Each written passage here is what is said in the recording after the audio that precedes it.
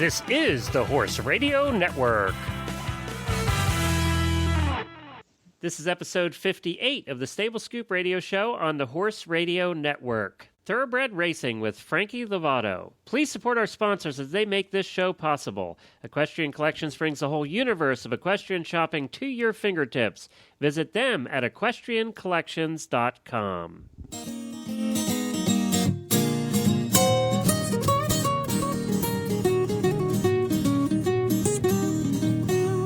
Welcome to the Stable Scoop, with weekly shows delivered right to you.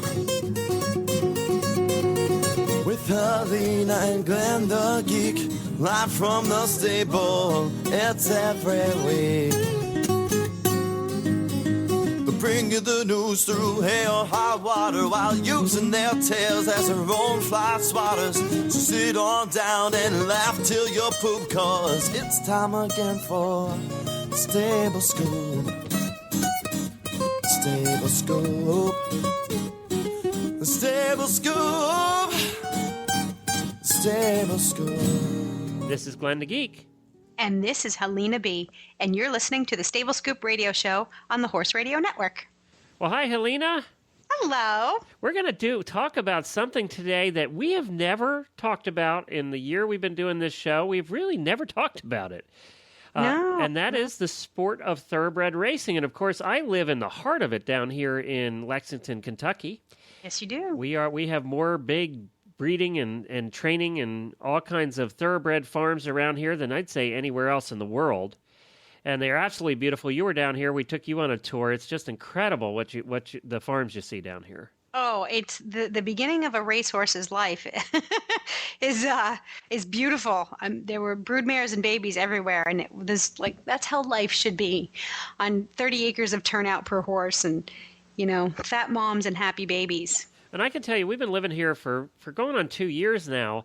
And when we drive around, we have to this point never stopped gawking at everything. It's just incredible. It is incredible living You're here. In gawk country. Yes, we are. It's a pretty drive no matter where you go outside of Lexington. Yeah, yeah. And I will say that we're in the middle right now. It's convenient that we're doing this show right now. We're in the middle of the Keeneland yearling sale. And it's the big sale every year where they sell off the yearlings to get them prepped for whoever's going to race them, whoever the new owners are going to be. And it's been a hard one this year. The number of the first couple days of the sale, actually, the number of no sells was at over 40%. That means they didn't reach their minimum bid. So they don't sell. They don't reach their minimum bid. The horses don't sell. Right. They're called a no-sell. Right. And the current owners then pretty much have to take them. They send them out to trainers, and they get them trained up for another year, and then they try and sell them at the 2-year-old sale. But what happened is a lot of them are upside down right now in that they paid 2 years ago when these horses they were paying the stud fees for these horses, these babies. Right. The prices were at the highest level they've ever been in history for stud fees. And now we're at the lowest level we've been in 30 years for selling these horses. So a lot of these people are way upside down. Okay. They may have paid $500,000 for the stud fee, and they're selling these horses for $150,000. Right. Do you know, when I was at your house, Jennifer lent me a wonderful book called A Wild Ride, which... the story of Calumet, right? Right. Chronicles the history of Calumet. It is such a wonderful education in racehorse breeding and sales. It's an industry unto itself, and it's absolutely fascinating. But understanding the dollar figures that go along with stud fees and babies and the yearling sales, I would equate it to Wall Street. Like, it is so complicated. It is. You're so absolutely significant. You're right. These are people's livelihoods. So, paying what did you say? $1 million for a stud fee, or $100,000 for a stud fee? Yes. I mean, $100,000. It's very common. Okay, $100,000 for a stud fee, and so then, give me an example of what a minimum bid would be at Keeneland. Well, right now there were horses going for $5,000, and it's the first year and the first couple days of the sale that only 2 horses went over $1 million. The rest of them were under that, and there are a lot of horses selling for $20,000, $30,000, $40,000. Do they publish who Yes, buys the yes. horses? If you just go to Google and search the Keeneland website, you'll see they have everything right on there.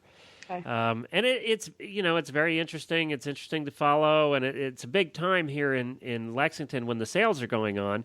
As I said, they're putting over 5,000 horses through in 2 weeks.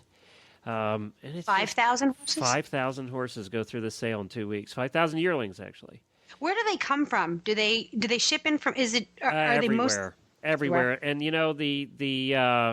there's a lot of people here from the Middle East. The Sultan of Dubai is very big in Lexington, and his agents have bought the $2 million horse that sold, and he spent a total, I think, thus far in the sale after a couple days into it, of $8 million. So he's the one really propping this sale up, I think, at this point. Okay.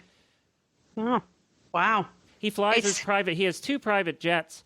The Sultan of Dubai. He flies. There's one private jet's for him. It's a completely refurbished 767 or one of the big ones, 777. And then he has the same jet that he gutted and made into stalls for horses. So it's his horse jet, and that both jets fly in, and they're guarded 24 hours a day in the middle of the airport, tarmac at the airport there in Lexington, and they have the royal colors on them. Somebody needs to make a movie out of this because there is so much drama involved. And I don't know if the drama is because we're dealing with horses and horse people, or if we're dealing with so much money, or a combination of the two. Well, I got to tell you, too, we just had, speaking of movies, Secretariat's being filmed right now here. They're doing a movie about Secretariat, and they're filming right now in around Lexington and over in Louisville at the, at the Churchill Downs. Wow. And last Saturday was the call for extras, and apparently hundreds and hundreds of people showed up to sign up to be extras. Did you show up? No, we didn't go over. We had other things going on, but they were looking for extras, and they're filming it right now. So there's going to be a Secretariat. I guess the other one did so well. Which one was that? The one with Tobey Maguire? Yes. Seabiscuit. Seabiscuit did so well that they're now doing one on Secretariat. So. Wow, I'm not going to miss that one. I mean, Seabiscuit was good. The book was awesome. Yes. And the movie never translates. I mean, the book never translates perfectly into the movie, but I wouldn't miss the Secretariat movie for anything. No, that's going to be a good one. All right. Well, I think that we should probably get our guest on today. We have with us one of the most popular ex-jockeys, I'd say, out there, and that's Frankie Lovato. Frankie actually was on the show with us for like 2 minutes. Before, and that's when we did our Twitter episode. Frankie has designed something called the Equicizer, and we'll talk about that with him, but that's not going to be the main focus of our conversation. It's going to be about being a jockey and how he got started and the industry today and where he thinks it's going. And, there's a lot of upheaval in the racing industry right now with the casinos and gambling and the whole thing. So it'd be interesting to see, and Frankie is opinionated on stuff. He has his opinions, so they'll fit right in. Yeah, exactly. We never have opinions. No, we're so low key.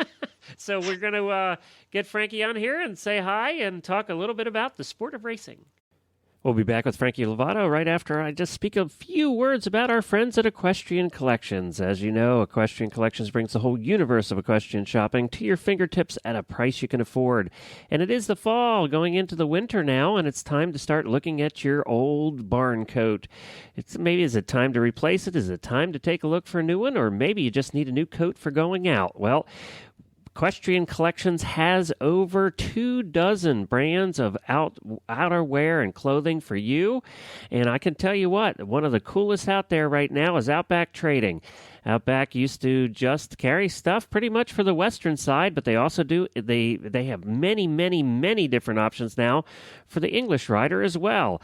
Anywhere from their lowrider duster to their swagman coats. And also their oilskins. They have the oilskin jackets and the oilskin coats, fleece jackets, all different kinds of things now. You can take a look at all of the options for Outback Trading, the good quality stuff there, at equestriancollections.com. And don't forget, they also carry all the sheets and blankets you're ever going to need or want at prices you can afford for your horse for this fall and winter. So for all of your fall and winter needs, whether it's for you or your horse, check out equestriancollections.com. Well, hi, Frankie. It's good to have you back on the Stable Scoop Show. You know what? We're going to give you 3 minutes today instead of 2 like we did the last time. Woohoo! Woo! I'm ready. 3 minutes, that's longer than the Kentucky Derby. There you go. You've been in a lot of 2-minute races, haven't you? Yeah, that's right. And jockeys' attention spans generally are short, so 3 minutes is a long time. I told you, he would fit right in. This is perfect. Yeah. We need to So I give hope I him can hang in there. You know, there's So so many jokes here, Frankie. There just is, but I'm going to let them all go. No, you're not. You'll get a few in. You'll get a few Please in. don't. Okay. All right. Well, wait. Let's start with some serious stuff. Tell us a little bit about your background, Frankie. You've done some riding in your career. Give us an idea of your experience on the racetrack. Sure. Well, it started back with my dad being a professional jockey as well. So I was in the racing business, well, I'll say my whole life. I started, I left home at age 13 to go work on a horse farm so that I can train and be ready to be a professional jockey by the age of 16. By the age of 17, I was an Eclipse Award winner and won about 400 races. And then went on to the remaining part of my career, which was, it lasted 25 years. I retired from racing at age 42, not retired from working. You lasted 25 years? Yes. That's way above average. Yeah, like you should have been pretty much arthritic and not being able to walk by now. Well, when I wake up in the morning, it's not pretty. But I do warm up. He fits in just right. So you actually started by the time you were 17, and by 18, what was it, 18?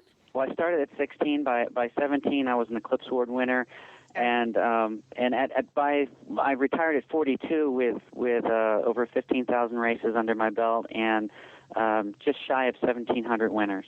Wow. 15,000 racers. Are you in the Hall of Fame yet?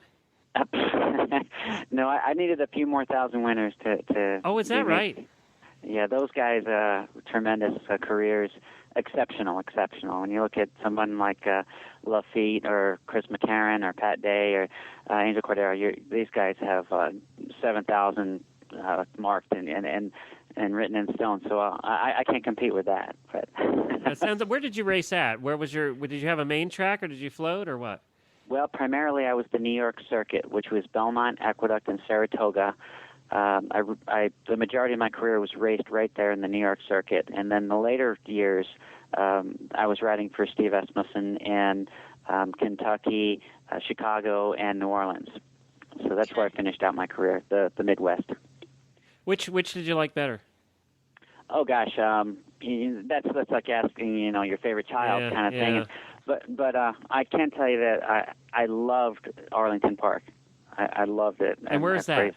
That's in Chicago. Okay. Beautiful race course, beautiful turf course, facility, the people. And a fun city, too. Yes, the fans there, it was kind of like a mini Saratoga, and there's just a lot of happy people. It's a good place. Talking about racing venues and children, we know kids have very different personalities. Do certain racetracks have a personality or a feel or a vibe? I think so. Like, for example, I'll go to an extreme, Aqueduct race course opposed to the fairgrounds, New Orleans. You've got two completely different towns. If you could just close your eyes and imagine being in New Orleans or outside of Brooklyn, New York. The New York fans are tough. It's very demanding. There's a lot of pressure with everyone. I mean, you always have pressure with your owners and trainers to perform, but the fans there are tough. Yeah. They're not happy when they lose their $2. No. My whole family's from Brooklyn. I know. And I hope you take no offense to that because my children are also from New York. Absolutely not. It's just No, we bust on her about that all the time. It is true. When you said that you started out sort of in the New York circuit, I thought, well, geez, Belmont and Aqueduct, that's kind of a tough. I guess I'm curious as to how influential the fans are. Well, you can't let them get to you. That's probably the toughest thing because they pull no punches. I mean, after the race, you would not want your children standing by the outside rail after they've lost their bet. So, it's something in New York I think you just adjust to, and you have enough pressure with your owners and trainers, so you don't really let the fans affect you. No, in I'm that sure you've been respect. called everything in the book, haven't you, Frankie? Yes, sir. Yes, sir. That's And they good. reach down. If it doesn't seem to faze you, they go a little deeper. They try to they get very personal. They'll get you. They want to see a reaction. Well, So what would be the opposite then? Give us an example of a place that's Well, an opposite of Saratoga is even a better. You go Saratoga, even though it's still the New York owners and trainers, and some of the fans. It's more of a recreational type setting. You've got families, you've got people on their vacation, and they go there. They lose their $2. Happy, joy. They're asking for your autograph. They want to pick you up and carry you back to the jockey's room and high five you, and everybody just happy. It's just a different atmosphere. And I think too, if it has to be, you get a whole different feel then again when you come to a place like Keeneland, don't you? Down here in Lexington, where it is a party, and it's a fancy dressed up party. I'm glad you mentioned that, because I've been fortunate enough to ride at the Keeneland meet many times. They literally applaud when you return, whether win or lose. When the horses return after the race, you hear a round of applause that follow you with your horse as you're galloping back from after the race back towards the unsaddling area. And it's a very cool thing, because it's a wave of applause that follows you, and especially if you're the winner. It's a really neat thing. It's a really. Well, and neat I think thing. part of that too is like at Keeneland and even Churchill somewhat, but I think Keeneland more than any other track probably in the country is we all live here and we appreciate the horse for what the horse is. We're going to bet, but betting isn't the reason that we go to Keeneland. Yep. Right. Yep. And there's 40,000 people every day at that race meet. This place is packed. Yes. Yes. Well, that's a lot like the Saratoga atmosphere, and those are fans, the horse lovers. They love to go see the best horses perform, and I mean, you look at every one of those horses; they're just beautiful, and you've got the best trainers, owners, and jockeys that are there competing. So it's brilliant. how often do you actually ride a particular horse, and that you partner up with one animal? Well, sometimes we partner up with them only there at the race for that one moment in time, and there's often times that you'll ride a horse and never ride it again, or there's a horse that you may ride. I had a horse that I had ridden. His name was Boom Counter.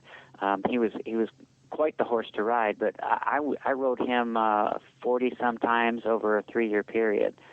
So it goes all different kinds of different scenarios, but it could change horse to horse.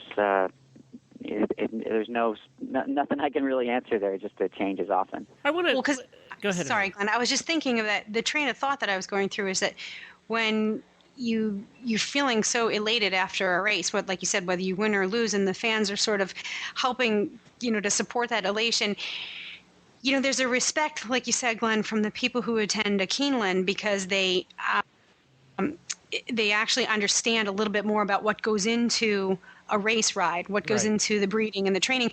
And so I'm thinking about the partnership between the jockey and the animal in that given moment. And, when you ride a horse 40 times, you can start to develop, I think, a pretty deep understanding of the horse. But then what happens when you ride a horse just once? What do you get on, and then it's almost like you have to have a really quick conversation. He's got to understand you. You got to understand him. Well, tell me a little bit about that. Well, there's not like when you think of a relationship that you build with a horse as a rider to a horse, it's a little different when a jockey and a horse, because you're introduced to that horse. They're in the saddling area, the paddock area. Those horses, they're fired up. They're ready to go. You could walk out there in a clown suit and they're not going to care. They're not going to. There's not really a bonding moment.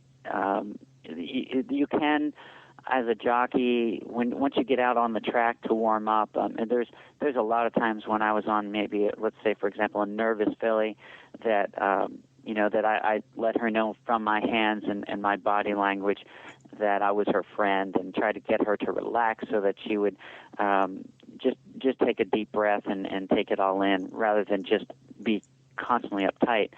But that's about that's all the opportunity I get. Is I get to spend from the time I get legged up from the trainer, maybe 10 minutes. And that's not a lot of time to bond or have a horse react or me be able to everything's got to be right then and there, Right. everything. But Frankie, now you do hear jockeys, especially after they win, they say this.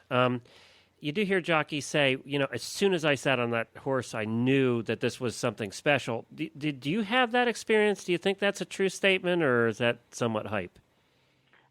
I think it's. I think we'd all like to believe that. Yeah, that's sort of a fantasy, isn't it? I sat in Secretariat, and the first time I knew he was a winner. Yeah, but not to pop any bubbles or anything, but I've sat on horses. I said, man, I love this horse. This is the best horse I've ever sat on, and then it just not worked out. Yeah, it came in last a few times, and it was a good jumper later. Right. In the absence you need to be a good listener, though, because what's your strategy then? If you're getting on a horse for the first time, and you said something called you got legged up from the trainer. What does that mean? Oh, that's when once you meet your owner and trainer there in the paddock, they leg you up is when they actually give you a leg up onto your horse. So okay, so it's the literal sense. Yes, okay. exactly, literal. So you're figuring out. Well, so what's your strategy? A horse you've never ridden before. There's no relationship there. You need to know a little bit about what's going to work for this horse and what's not going to work. How does that happen? Well, generally, jockeys we read the racing forms. We look at their past performances and see if they have a race record. We can get a general idea of some of their habits as far as whether they have speed or don't have speed. If they finish strongly, if they don't finish strongly, to give ourselves a sense and compare that to the other horses in the race from their past performances. So you can have a general idea, but when you do walk out to the paddock, the saddling area, your trainer may give you a whole different set of instructions. So myself as a jockey, I would try to educate myself as best as I could with the competition, with the other jockeys or riding the competition. And then when I'd walk out to the paddock, I would have to listen to what the trainer and owner saw themselves as far as the reading the racing form, seeing how they thought that race might shape up, and their instructions, of course. So I would be given a set of instructions. It might be starting from, well, warm this horse up good, or don't warm this horse up good, keep him quiet, or try to wake him up a little bit. He's a bit lazy. Then from the gates, you hope that my instructions may be try to lay close to the pace or try to stay off the pace, try to break well or try to cover him up. All these little terms, these hints that the trainer may tell you how to ride your horse. So that is, those are things, no matter what kind of horse or what habits that horse may have, as a jockey, you push to go and you pull to whoa, basically. You want to go faster, you ride faster. You want to go slower, you ride slower. So you turn left. You turn left, hopefully, all the time. Here in America Racing, we turn to the left. So someone asked me, well, how does that work? Kind of like you asked me, and I said, you know what? When you rent a car from the airport, you might be given a Dodge, you might be given a Honda. Who knows what you're given? It might be a sedan, it might be a truck. But you know that where the gas pedal is, where the brake is, hopefully. Hopefully it's not backwards. So you have a general idea of how you can handle the situation when you come to a stoplight. You need to press on the brake. If it's a horse that doesn't have that much good brakes, you're going to have to give yourself more time to slow him down in front of another horse that may be slowing down. So these are the things. Yeah, that's a good analogy, actually, Frankie, because, you may not know right away where the lights are, the windshield wipers.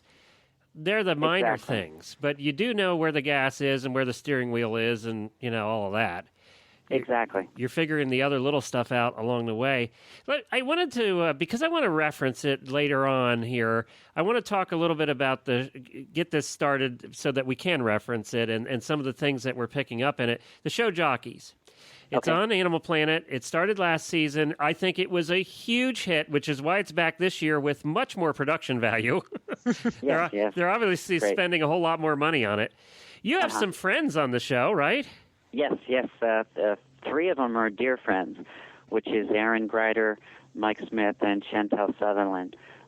Big supporters of what I do with the Equicizer. They're all Equicizer owners and users. But besides that, we've rode together. Aaron and Mike, we've raced together for many years, and they're fierce competitors, but dear friends. Well, I tell you what, if anybody hasn't seen the show yet, I recommend they watch it. From my personal opinion, I want to ask your opinion here in a minute, but it's just my wife and I and our friends, we get together every week and we watch the show together, and it's riveting. It's fun. It's just a good show, I think. I don't know. How true is this show? What do you think of the show, and how close to the way it is in the jockey room and all the different things that they show going on? How close is it to true? Well, I'll say that from me watching the show myself, that it's probably the best depiction of what really a jockey's life is all about. They do add some drama, but they also don't show some of the drama, the everyday stuff. So they focus on a few jockeys and a few things that's going on in their lives. But that emotional roller coaster is actually much faster. Through the course of the day, you might have 3 times of what you see during one show. Wow. So you see a guy, he wins a race with a horse that hadn't ridden, or like they featured John Court winning on that horse at Churchill Downs that he had ridden in the Breeders' Cup in any good. Meanwhile, he's probably had that much of an emotional roller coaster ride in the course of one day, probably 3 or 4 times already. You might work out horses in the morning. You might have 2 trainers mad at you, 4 that love you, before you even get to the races in the afternoon. And then you might have 1 horse wins, and then 1 horse runs terrible, and 3 horses run terrible, and the horse that you thought would win doesn't. The horse you didn't think would win runs good. So you've got all these things going on. It's much faster than the show. Well, the one thing we commented on the last week especially's episode, when the girls and the guys were having their battle between each other in the locker room there, one of the things we commented on, I don't hope you don't take offense to this, is it just seemed like high school. The pranks and the little things and all that crap, it just seemed like they were in high school. Well, that really happens. There's a lot of that stuff that really happens. You know what? That happens in a lot of barns, period. Yeah, that's true, I guess. I don't think we ever outgrow our high school personalities, honestly. Workplaces, too. And Mike is a favorite of mine, obviously. He's so well-spoken. Mike Smith, he's on that show. He's obviously one of the top jockeys. And then it is interesting to see his relationship with Chantel, his girlfriend, who's also a jockey. Yes. And then, of course, you have the male-female thing, which they're really playing up this year. I'm not sure why they're hitting that so hard other than drama. Well, good team. Now, do you think they over-dramatize at all, or is this just pretty much the way it is? I think that they do over-dramatize some things, but like I mentioned, there is plenty of drama. And through the course of one day, and when they show on one show, it's there's just no way they could get to all of it. But they're taking, they're focusing on one thing of drama, and they are exaggerating some of that. But there is plenty of drama through the course of a day in a jockey's life. Now, when you have to go meet with the stewards, that's one of the things when you do something wrong in a race or you're intentionally causing a problem out there, you have to visit the stewards of the track, which are like the judges or the umpires. Yep. And they determine whether you're going to get fined or suspended or whatever for what you did. Is that over-dramatized with the 3 guys sitting at the desk looking all serious and, Not at all. Oh, really? That can be. I mean, generally, when you walk into a steward's office, now California, I'm going to say California is a very it's kind of a loose. When I say loose, I mean it's very friendly. They're very friendly. But I've ridden some racetracks where the stewards, I mean, literally, you have to. Your shirt better be tucked in. You take your if you're wearing a baseball cap, or you take your baseball cap. You approach them. You answer to them as sir. So these guys are gods, huh? They are. They can ruin you. They have a lot to if they like you and and they see that you're trying, they definitely can be more lenient on you. But if they see that you're a troublemaker, it's old school. I mean, these guys can really make your life. Of course, you were difficult. never in the steward's office. You're speaking from third-hand stories, right, Frankie? Can I tell you something? Yeah, go ahead. Yeah. Exactly. I'm going to tell you a quick funny story, and I hope not to take too much from it. No, go ahead. I rode for 20 years without never receiving any penalty or suspension, which has never been done before, and as far as anyone knows in racing history. Wow. And I'll tell you how I know that is when you go to every state, you have to be licensed in every state you ride. So even if you're licensed in New York, you might go to New Jersey, you still have to get a license for New Jersey. And every license application asks you your prior suspensions or if you've had any fines, and I've always marked no. And I would always get called into the stewards, and they say, well, there's a mistake here because you marked no. Certainly you've at least been suspended one time. And I was always like, no, I've never been suspended. So this went on for years and years and years. I'm talking 20 years. I went to New Orleans to get licensed, and there the stewards, and Bill Hartack was one of them, I mean, they demand a lot of respect from their riders. And so I filled out my license, and I wrote no, and they called me up, and they said, you've made a mistake here. You need to come back and reapply for this license. I said, no, sir. No, I didn't. I said, I have never been fined or suspended. And they said, well, this can't be. So they went on a mission to find anything they could on something me. on you. They couldn't find anything on me. So they called me back down to the steward's office. They closed the door, and now I'm nervous. I'm nervous. They said, son, in our lifetime, we've never seen anybody with a cleaner record than you've had. And, of course, I'm clicking my heels. I'm like, yeah, that's right. Yeah. So the funny ending to the story is the very next day, they fined me. Just for the fun of it? For what? No, because there was movies just like you saw on the show Jockeys where they had asked me to come in and review the movies. Now I didn't bother anybody. I was bothered. I didn't know their protocol there in Louisiana, and I didn't see that they had marked my name up on the board to appear in movies. I didn't know. It was really just a mistake, a misunderstanding. So I get to the jockey's room to report to ride for the races, and I get an envelope with my fine. Oh, and I was like, and I'm saying the very next day. And I said, you've got to be kidding me. And they said, well, you failed to appear in movies, and it's an automatic fine. So we're sorry to be the first ones. Yeah, they weren't sorry. They had you nailed. Yeah, they were. What does it mean to appear in movies? Well, movies is when we have to watch the replays with the stewards.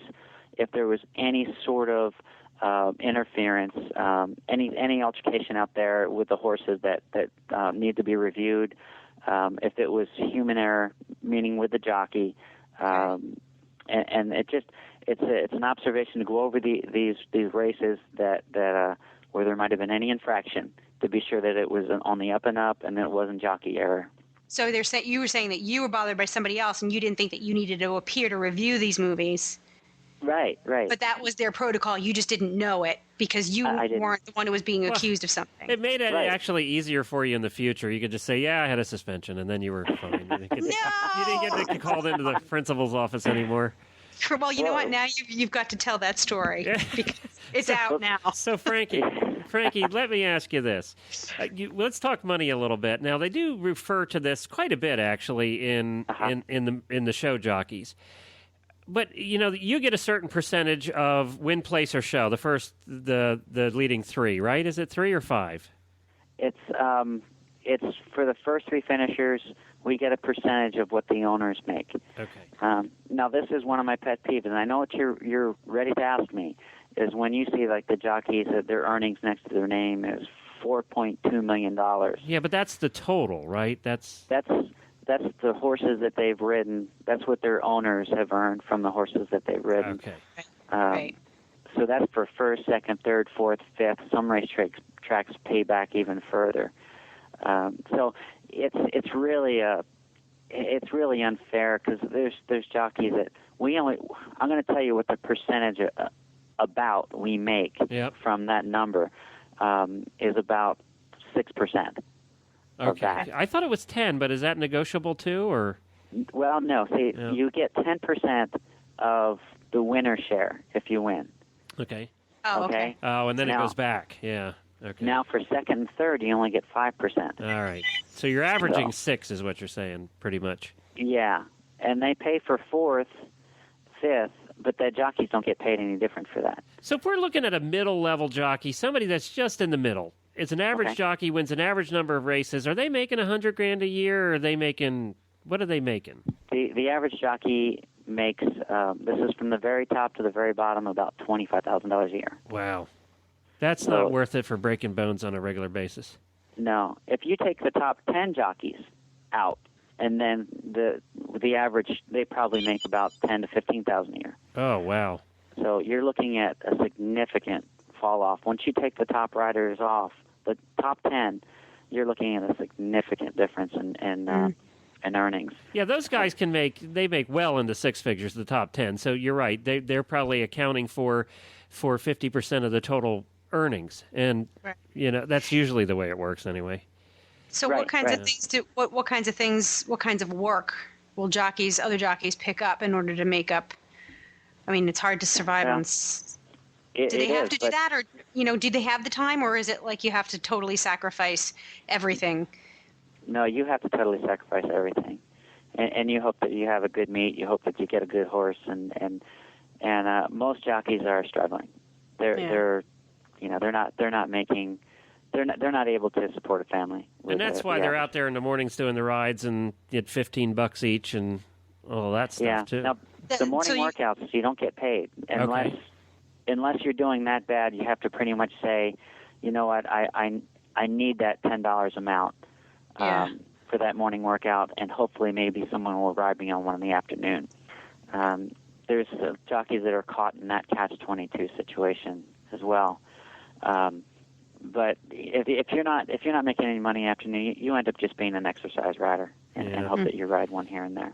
I want to talk to you about the Equicizer and how you became a successful businessman after riding all those horses. But at first, I want to ask you a little bit just your opinion on where racing is now, where it's going. We have obviously the casinos coming in. I'm hearing in Pennsylvania now they brought slots in to Penn National and the casino or the tracks up there, and now they're talking about bringing the tables in sooner than they expected because they need money. Do you see, at this point, the casinos appear to have helped racing, but is there going to be a point, like at a place like Penn National in Pennsylvania, which was a dumpy little track till the casino came in? Mm-hmm. In some ways, it still is, but are the casinos going to, at some point, are they going to go, the horses are in the way, we need to build the hotels and all that stuff, and then racing just goes away and we have casinos? Well, my opinion is it's kind of like one of those things where you got to go for it. I mean, racing here in Ohio, where I'm at, is bad shape. The breeding programs, there's no incentives, there's no tax incentives, there's no money to help build the programs. So breeders are forced to ship their mares to Pennsylvania, where it's falling apart. Racing is falling apart here, unless they can get these slots in these casinos, and so with that helps generate more incentive, more funding to keep these guys going, and some of these guys have been here for years, and they're loyal horsemen that have invested their lives into their farms and their mares, and it's just we need it. Racing needs it, whether it's going to be the end of it or not. If it doesn't happen, it's going to be the end of it.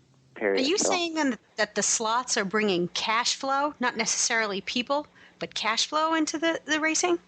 Yeah, I don't know exactly how it works. I'm no expert. I am no expert. I just know that it brings both. Yeah, and the purses are greater, and it does help. Right now we're in the middle of the Keeneland sales down here for the yearlings. I was talking about it a little bit before you came on, and we're at record low prices, and 40% no sales, and it's a tough time all around economy-wise, but it's really tough right now in the thoroughbred industry. And, you can always say, you're a businessman, business goes in cycles. This shaking out probably needed to happen because we were overinflated in prices. We won't get into all the details of racing with the pin hookers and all that stuff, but there was a lot going on that was just inflated, that was artificial. It's just like the stock market. Helena made that analogy before. It's correcting itself now, and it's probably going to end up being where it should be. Yeah, I'll agree with you, Glenn. Again, I'm no Wow, expert. I got something. I almost sounded intelligent there. That was good. But we had a lot of this money coming in from the there from Dubai and the Arabs, and they were flying in and spending millions and millions of dollars on horses and trying to build up their breeding program overseas.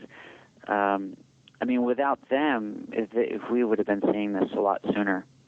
Horses overinflated, spending money on horses that because they have it or someone has it. But it is crazy. It is crazy. I of course, we want to see everybody do well, and I'm not knocking that at all.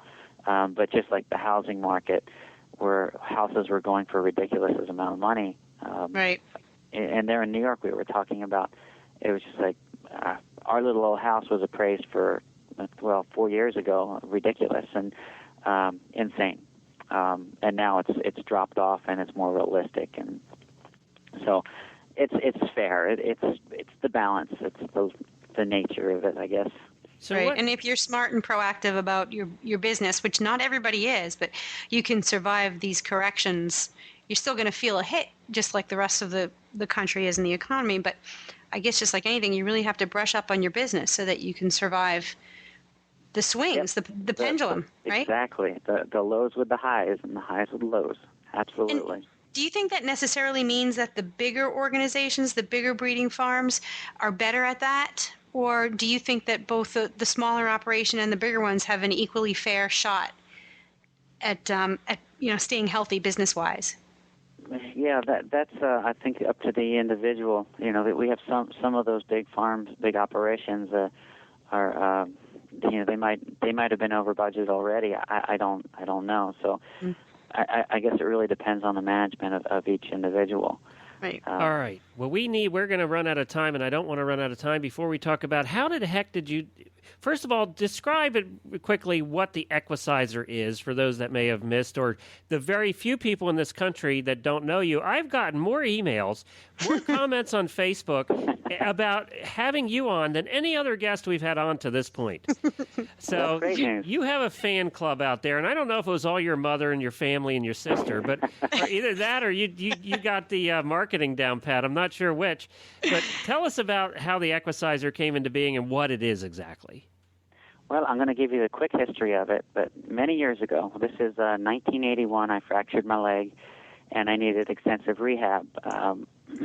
What I was doing for rehab wasn't answering the question. My doctor had doubts if I was going to be able to ride again at one point.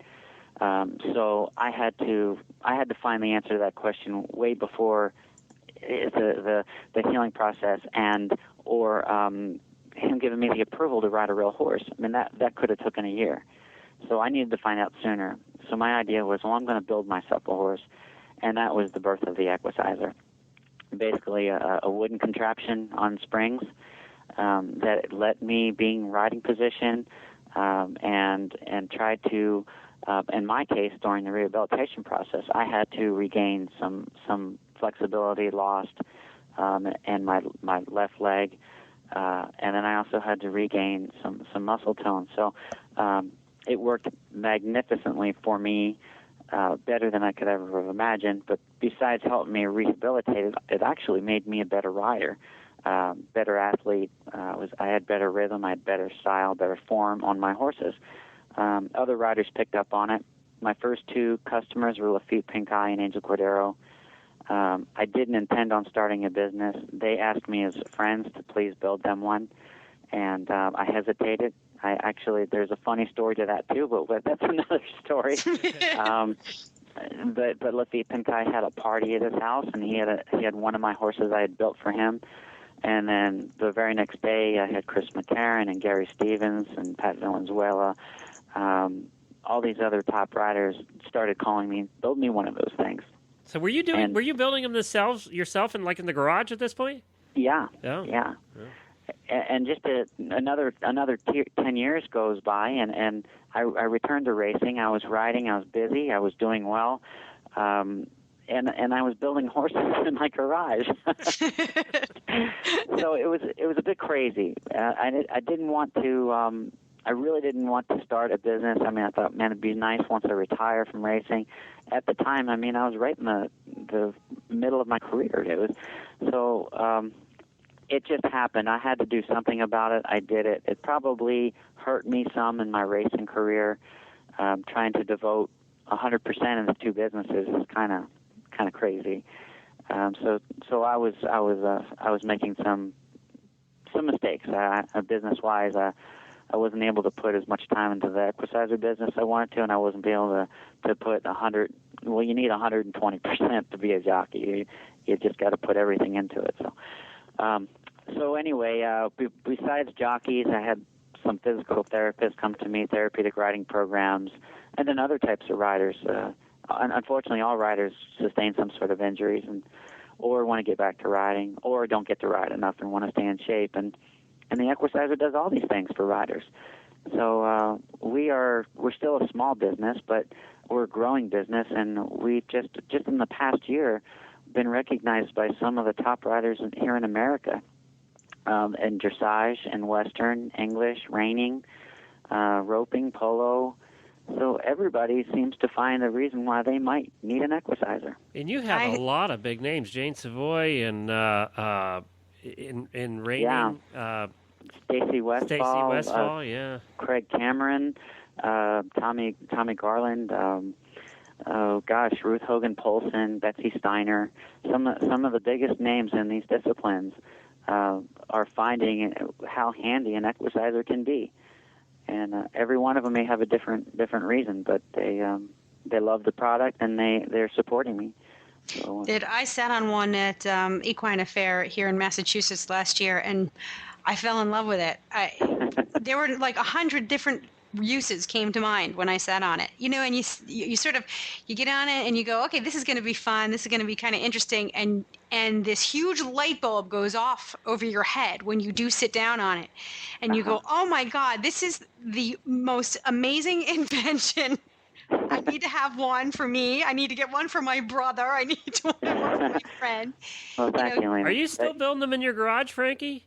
Well, my garage is now a shop. I have here in Ohio.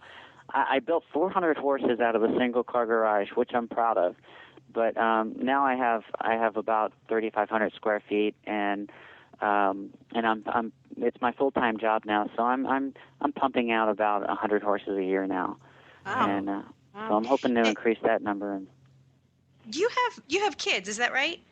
Yes, I have three. You have three kids now. Go ahead.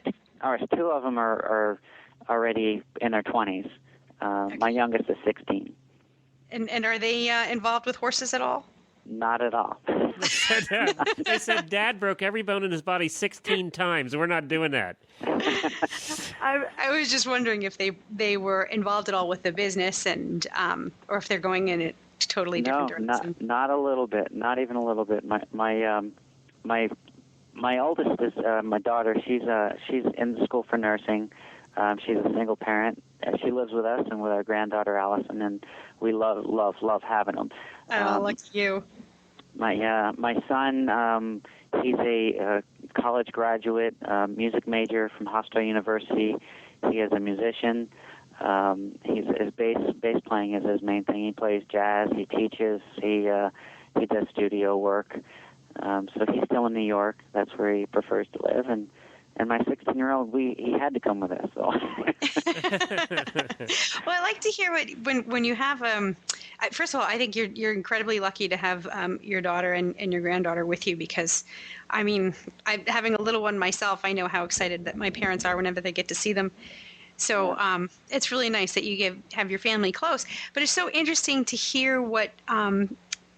That your children have developed passions of their own. It seems like they have a good sense of direction. Yes. And when you have, I think, a parent who is so devoted and successful and confident in their own right, I love to see how that actually translates into their children's lives. Even though your children aren't involved with horses at all, I think it's just such a wonderful thing. Well, thank you. Ironically, our granddaughter loves horses. Mm-hmm. So she'll come to the shop, and she hangs out with me. She tries to help me build them. How old is she? She's 3. She's going to be 4 in another week. Perfect. But, I've got some YouTube videos with her riding the equicizers. It's hilarious. She's got to ride them all, and she brushes her hair and gets them all ready. And she hates when I send them out. She wants to keep them all. Made friends with them. Yeah. Well, I'll tell you what. How does she feel about real live ones? Oh, she loves them, and she's fearless. Mm-hmm. She's fearless. We got a little barn around the corner that we have a quarter horse, and then our therapeutic riding program, which is another whole story, another segment. My wife has started a therapeutic riding program called Stampede of Dreams. We have a website, stampedeofdreams.org, that we conduct therapeutic riding. We use the equicizer, and we use real horses. We have a bunch of volunteers, great support from the community. But there with our real horses, Allie she'll get on. She just wants to go faster. She wants to turn her loose. Just turn her loose. You can't, and we're not going to turn you loose, Allie. Well, you know what? You better hope she's too big to be a jockey. Hey, Frankie, you told me that you got something exciting going on here, that your equicizer is going to be on the Tonight Show.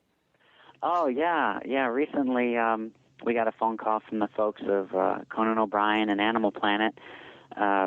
Joe Talamo is scheduled to appear September 28th on the Conan O'Brien Show.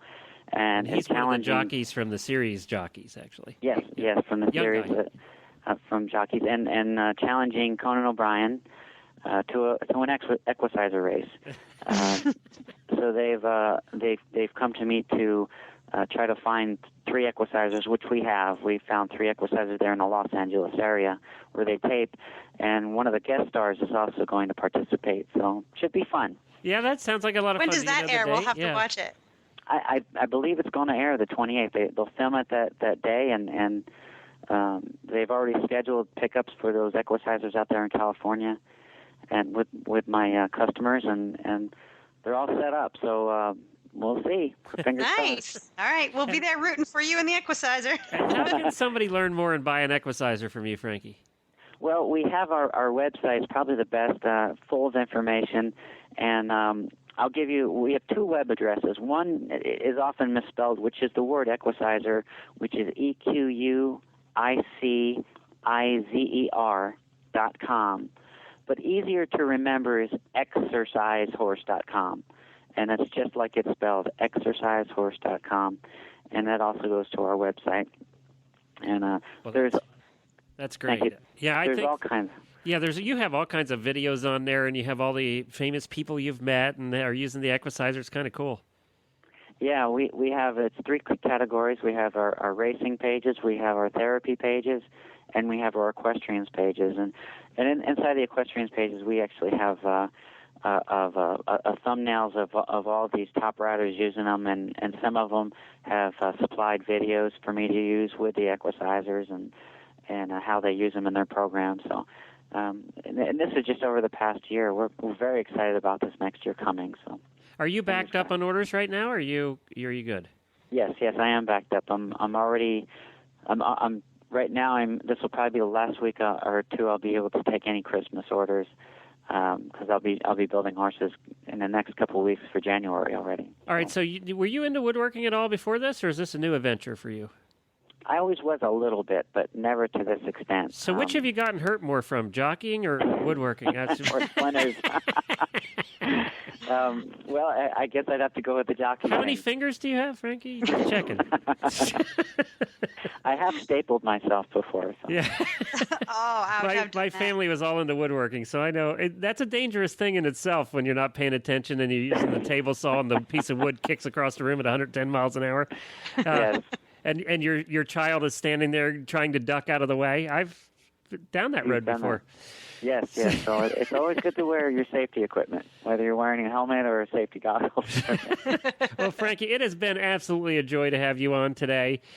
We hope to have you back again. We'd sort of make you our lifeline here to the racing world when there's news that we need to talk about. Would you do that for us? Absolutely. And I love to try to educate when I can, and any misconceptions in horse racing. And I don't consider myself an expert, but I've certainly spent enough time in it that I can at least give maybe an eye-opening type of angle on any certain instance. You know, riding 15,000 horses at least qualifies you as somebody with some knowledge. Yeah. Yeah. If you don't think you're quite an expert, does it take 30,000 horses then to be an expert? You know. Well, perhaps. I don't know that. Let's Maybe just I say have you a very know short enough. memory. You know a lot more than we do, and that's all we care about. Yeah. Well, thank you, Frankie. We appreciate you being on. My pleasure. Thanks for having me. Okay. All the best. Thank you, Helena. All right. Bye-bye.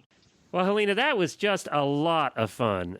Frankie, Frankie is everything all those emailers said he was. No, I know. I really, honestly, and people think I'm like full of malarkey, but when talking to somebody like that, I could really go for hours. I know. It was amazing how quickly an hour went. I looked up and went, "Oh my God, we're running out of time. I better let him talk about the Equicizer."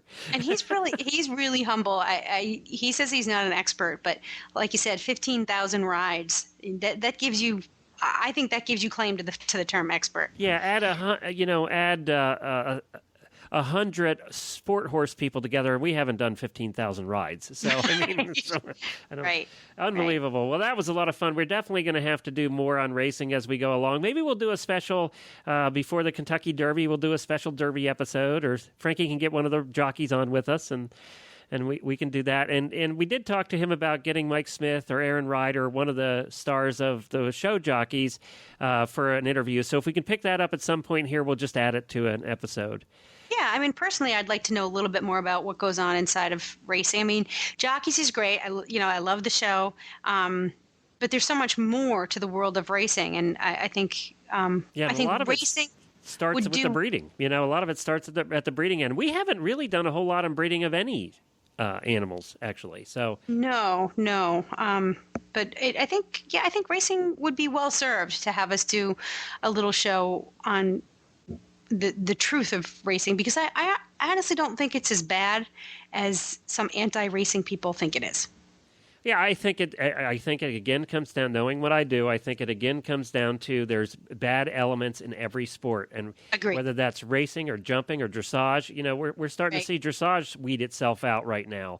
Right. And, there's just bad elements in any sport, and then in any sport there's the good. So we tend to focus on the good because, there's enough people covering the bad that, all across all the shows that we do, we tend to focus on the good side of the horse sports, and because you know what, there's enough media outlets out there covering the bad. We don't need. Right. We don't. And need to especially go there. with racing, because it's covered by your general national news media. They only pick up the bad stuff, really, unless it's the Kentucky Derby or the Triple Crown. Right.